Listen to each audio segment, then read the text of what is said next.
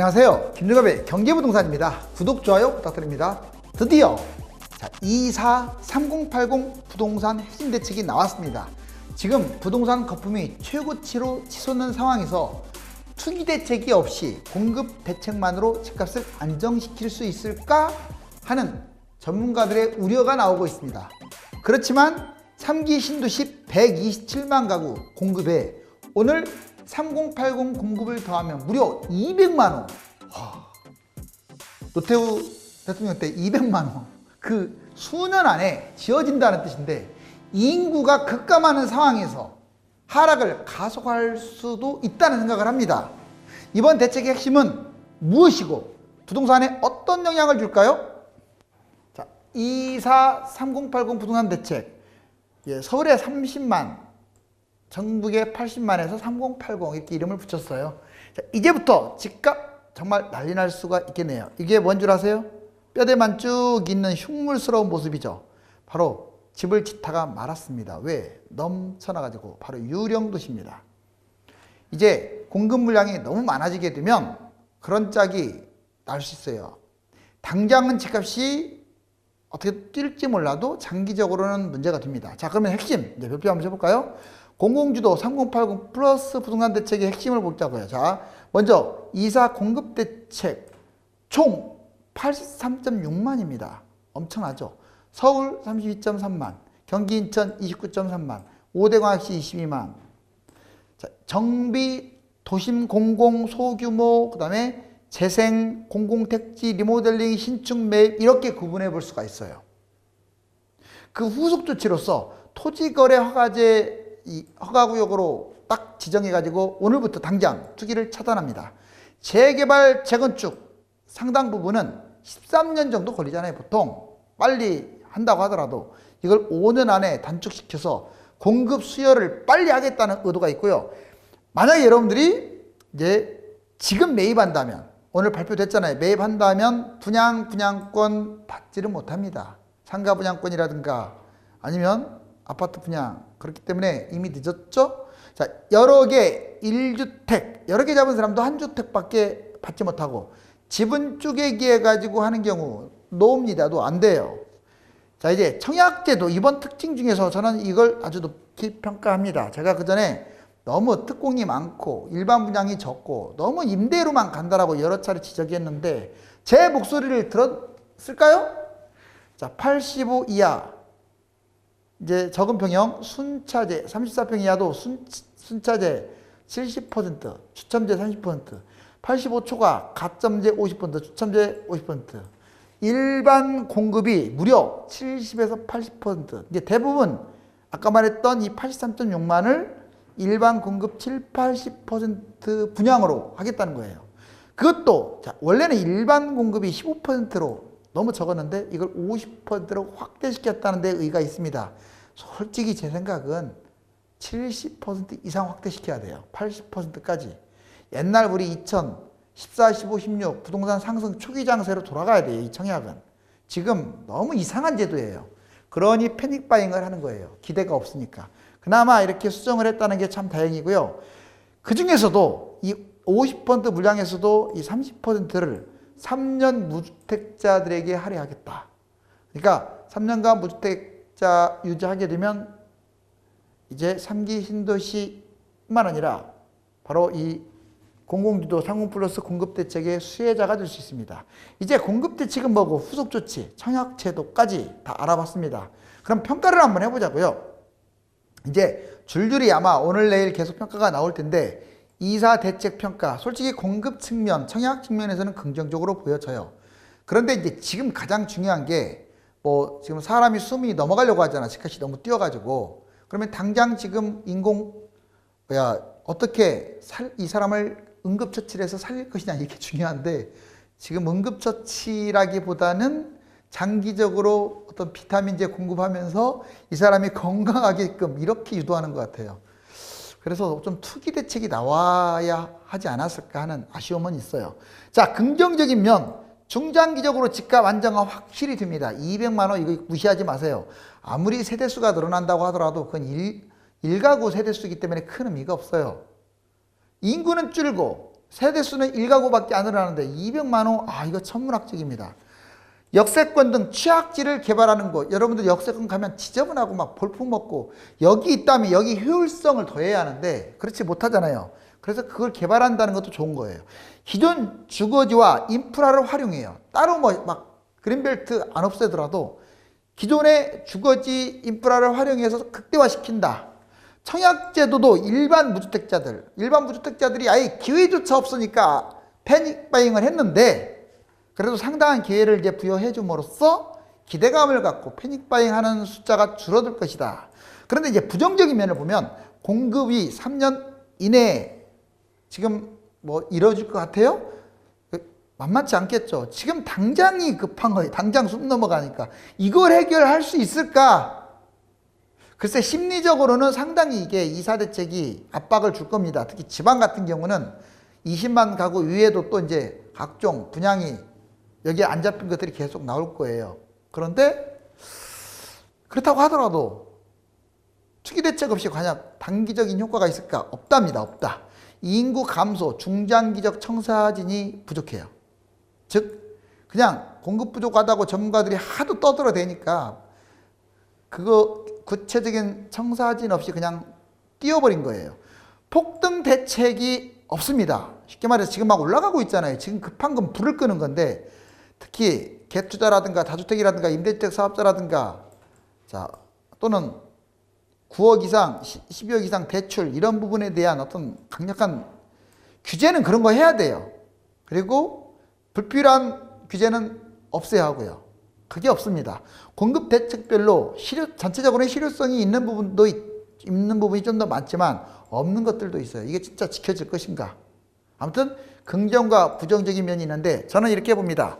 지금 집값을 잡는데 심리적으로는 도움 될지 몰라도 단기적으로는 의미 없이 폭등이 이어질 것으로 보여져요. 다만 얼마만큼 갈 건지는 이제 봐야겠죠?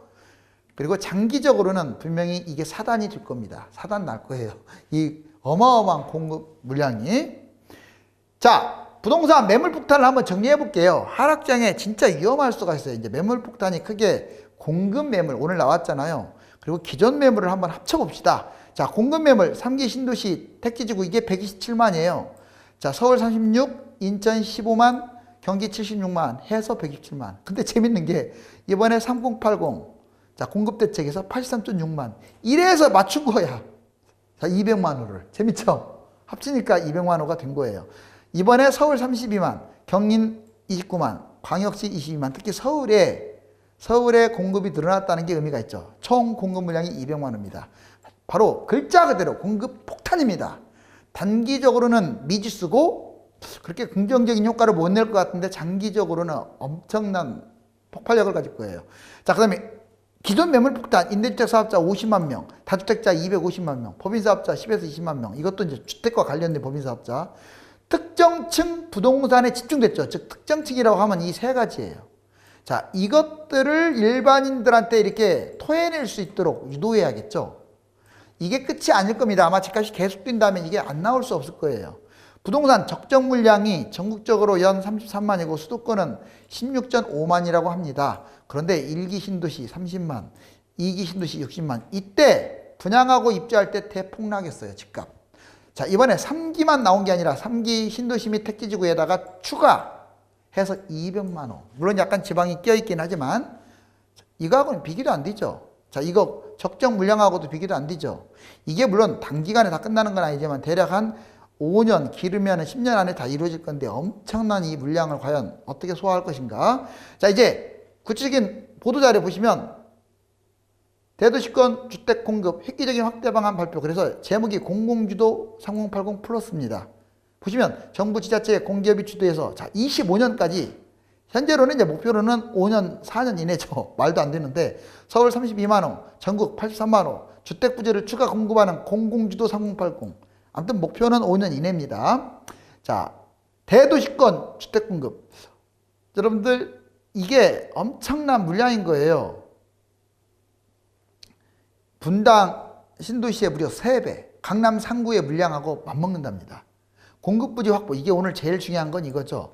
자, 전체적으로 83.6만인데 서울이 32.3, 인천, 경기 29.3, 5대 광역시 20.0. 그것도 정비사업 13.6.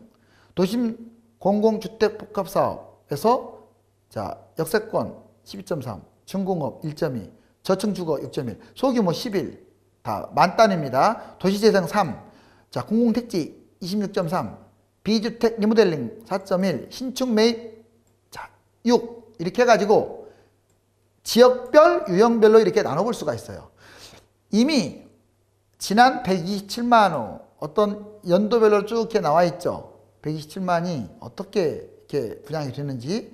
그리고 이번에 이제 분양에 대해서도 나옵니다. 9억 이하 특별 공급 보시면 공급 대책 50%, 민간 분양 공급 대책 58, 민간 대책 50. 그전에는 13% 이렇게. 자, 그런데 이번에 추첨제를 대거 도입을 했습니다. 저축 총액 순으로 공급되어 온 일반 공급분에 대해서도 추첨제 30%를 도입하여 폭넓은 기회를 부여했대요. 자, 이제 보시면 85m 이하 순차제 100%. 기존에는 그랬어요. 근데 이번에는 순차제 70, 추첨제를 무려 30이나. 그 다음에 85 초과. 예전에는 25평 안 됐었는데 25평도 이제 한다는 거예요. 일반 공급을. 그 다음에 오히려 이제 34평 이상. 이것은 가점제 50%, 추첨제도 50%. 이것들을 가점 50, 추첨제 50. 이렇게 자, 계속 진행한답니다. 이제 보도자료의 색임 내용들을 보면 서울에만 분당 신도시 3개, 강남 3구의 아파트하고 맞먹는 32만. 속도도 상당히 획기적으로 단축시킨답니다. 13년을 5년으로. 품질 아주 최고급 형태로 만든다는 거예요. SOC를 활용해가지고. 가격도 시세보다 훨씬 더 저렴하게. 자, 3040 세대 실수요자들을 반영해서 청약제도도 대폭 개편, 분양주택을 무려 7, 80%, 일반 공급 비중 상향시켜서 15에서 50%로, 추첨제 도입을 일반 공급 약 30%까지 3년 이내 무주택자 한해서, 자, 과감한 규제 혁신과 개발이 공유를 하고요. 파격적 인센티브, 새로운 비즈니스 기회를 창출한답니다. 그전에는 좀 압박하듯이 이렇게 했는데 이번에는 서로 윈윈할 수 있는 환경을 조성했다. 사업별 요약, 재개발, 재건축, 도심 공공주택 복합사업, 역세권 중공업 저층노후 소규모 정비사업, 역세권 중공업 소규모, 그 다음에 신구 혼재, 도시재생 이렇게 쭉 내용 나와 있는 건데 참고해 보시기 바랍니다. 자, 특히 이 부분 이사대책에서 재개발, 재건축 공공시행사업으로 사업기간을 줄인다. 무려 13년을 5년으로. 자, 여기 보시면 조합 총회라든가 관리처분을 아예 생략해버려요. 관리처분 인가 생략하고 조합은 거주 의무라든가 초과이익 부담도 아예 제외시켜버렸어요. 상당히 혜택이 많죠. 그래서 연차별로 서울, 경기도, 지방, 그 다음 21년부터 25년까지 9천 가구부터 2만 8천 가구로 전미적으로 늘려나가고, 서울은 전체 9만, 그리고 경기 2만대, 지방광역시 2만대 해가지고 총 13만 가구를 우선 재개발, 재건축으로 할당한다. 자, 이제 금융기관에 금리가 지금 계속 올라가고 있다는 경고문입니다. 일반 신용대출 2%까지 떨어졌던 게 3.5까지 치솟았고요. 그리고 해주지도 않아요. 요즘은 이제 제대로. 주택담보대출 지금 꾸준히 올라가고 있습니다. 2.59까지 올라가고 있죠. 이제 기준금리가 올라갈 어떤 그런 문제죠. 자, 수도권 117만 가구. 이때 지도를 한번 보세요. 이게 서울. 각 권역별로 엄청납니다. 그리고 경기도도 권역별로 이렇게 해가지고 127만 가구. 이렇게 딱 정해져 있죠. 그런데 이때 오류 공급 대책이요. 패닉바잉이 더 커져버렸어요. 이렇게 엄청나게 127만 가구를 공급한다고 했으면 집값이 떨어졌지 않았는데 여기 보세요. 자, 서울은 날라갔고 전국적으로도 올라갔네요. 그럼 이번에 과연 이 대책이 지금 이제 이렇게 했는데도 올라갔는데 이 대책이 얼마나 먹힐 것인가. 그래서 제가 회의적이라고 했는데 그래도 일단 긍정적인 시각으로 한번 지켜보자고요.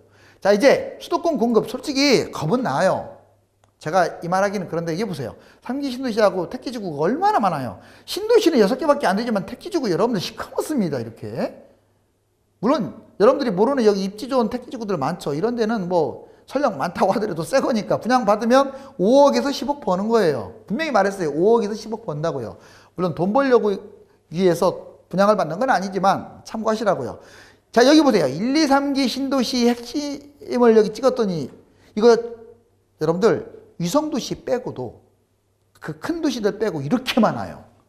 그리고 이게 끝이 아니라 지금 뭐가 들어갑니까? 플러스 자, 83만 가구가 들어가요. 물론 지방 일부도 있지만 20만 가구 빼면 거의 60만.